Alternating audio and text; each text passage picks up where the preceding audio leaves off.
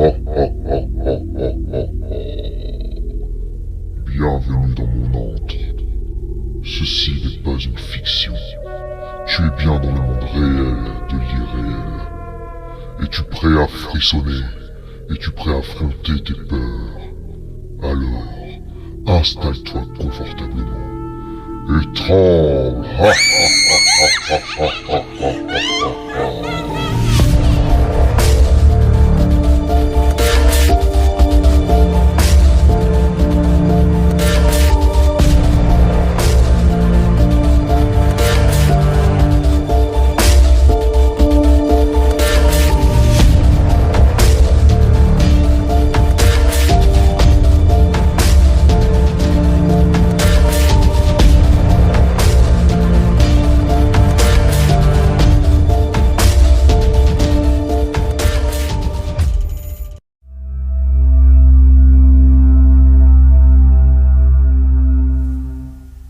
Bonsoir à tous et bienvenue dans un nouvel épisode des Contes du Frisson.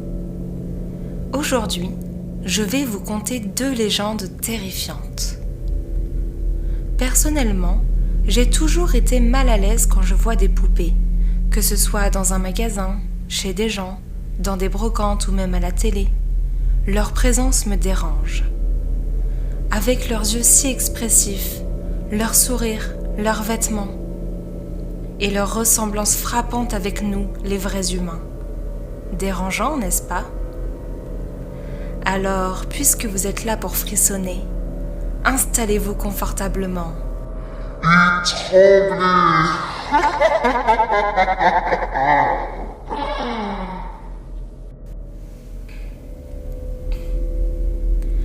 Dans la banlieue tranquille de Tokyo, la famille Suzuki s'apprêtait à déménager dans une nouvelle maison. Parmi les cartons remplis de souvenirs et d'objets familiers, une petite poupée en porcelaine nommée Marie attendait son sort. Sa propriétaire, Yoko, une jeune fille de 12 ans, l'avait autrefois chérie.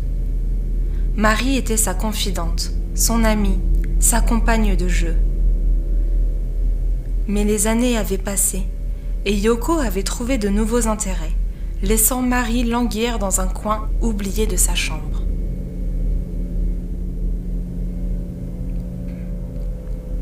Le jour du déménagement, Yoko, submergée par l'effervescence et le stress, a jeté Marie à la poubelle sans y penser.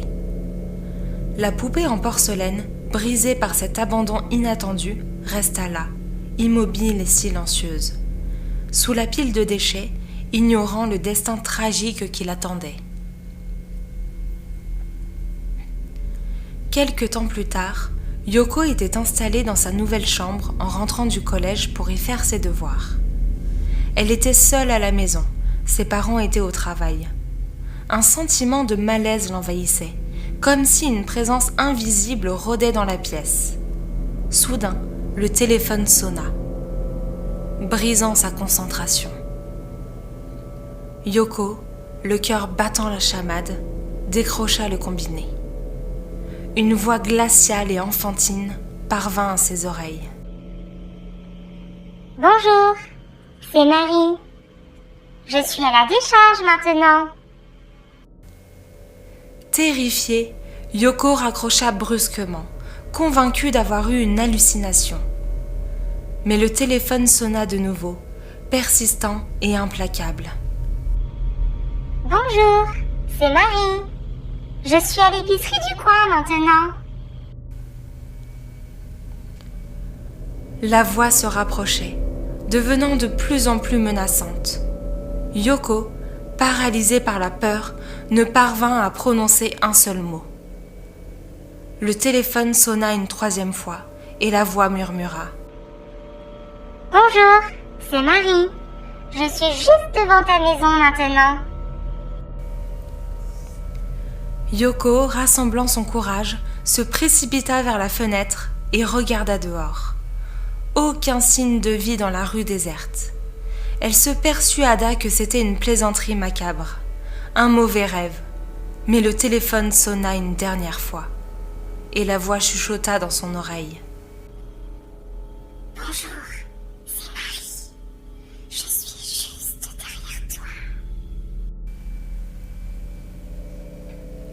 Glacée de terreur, Yoko se retourna lentement. Derrière elle, sur le palier, se tenait la silhouette fragile de Marie, la poupée en porcelaine aux yeux vides et au sourire sinistre. La poupée avait quitté la décharge, traversé la ville et était venue se venger de son abandon. Yoko hurla de terreur, sa voix résonnant dans la maison vide, et essaya de fuir. Mais Marie la poursuivait, ses petits pas claquant sur le parquet. La poupée était devenue une créature maléfique, animée par une rage vengeresse. Yoko se réfugia dans sa chambre, verrouillant la porte de toutes ses forces. Mais Marie était déterminée à la rejoindre. Elle frappait contre la porte avec une force inhumaine, ses cris perçants brisant le silence. Yoko, paniquée, chercha un moyen de se défendre. Elle saisit une lampe de chevet et la frappa contre la porte, espérant briser le verre et effrayer la poupée. Mais Marie était insensible à la douleur.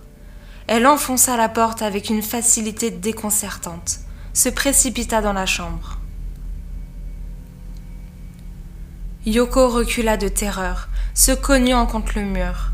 Marie était là, face à elle, ses yeux noirs fixant la jeune fille avec une intensité maléfique. La poupée leva son bras et une lame acérée jaillit de sa main. Yoko ferma les yeux, attendant le coup fatal. Un cri strident résonna dans la pièce, suivi d'un silence glaçant. À leur retour, les parents de Yoko découvrirent le corps sans vie de leur fille dans sa chambre, avec à ses côtés une petite poupée en porcelaine au sourire radieux. Je suis sûre que vous en voulez encore. Alors maintenant, nous allons parler d'une star, une vraie célébrité auprès des enfants et surtout des petites filles. La seconde poupée fait partie de celles que n'importe quel parent serait ravi d'offrir à son enfant. Produite en série et vendue à des millions d'exemplaires. Dans le cœur paisible de Houston, au Texas, une mélodie glaciale s'est infiltrée dans le foyer d'Emily Madonia, violoniste de talent. Sa fille, Aurélia, âgée d'à peine 1 an, avait reçu un cadeau de Noël qui allait bouleverser leur vie à jamais. Une poupée Elsa, héroïne du film d'animation La Reine des Neiges, de Walt Disney. Oui, vous avez bien entendu, La Reine des Neiges. Au début, Elsa chantait et parlait uniquement en anglais, comme il se doit. Mais des phénomènes étranges commencèrent à se produire. La poupée se mettait à chanter seule, parfois en anglais, parfois en espagnol, même lorsque l'interrupteur était éteint. Emily et son mari Matt, troublés par ces événements, pensèrent à un simple dysfonctionnement. Ils décidèrent de se débarrasser de la poupée en la jetant à la poubelle. Mais Elsa, tel un fantôme maléfique, revint mystérieusement dans la maison.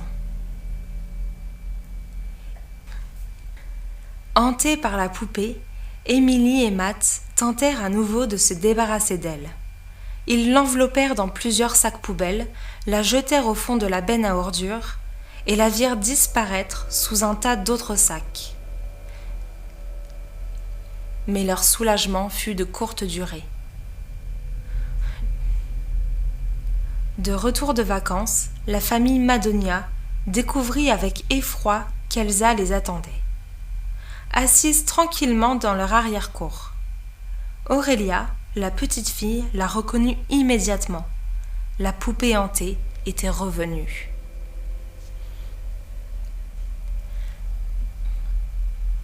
L'histoire d'Emily fit le tour du web, attirant l'attention des médias et des amateurs de paranormal. Des offres d'achat, des propositions d'enquête et des théories farfelues inondèrent les réseaux sociaux. Emily, persuadée que la poupée était hantée, refusa de la brûler, craignant que l'entité ne s'échappe.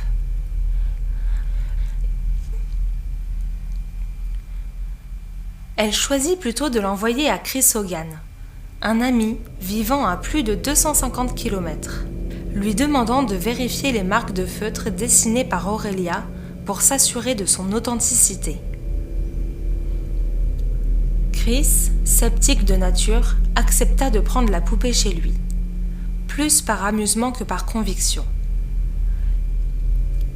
Il scotcha Elsa à l'avant de sa Jeep, promettant à Emily de la contacter si des événements étranges se produisaient.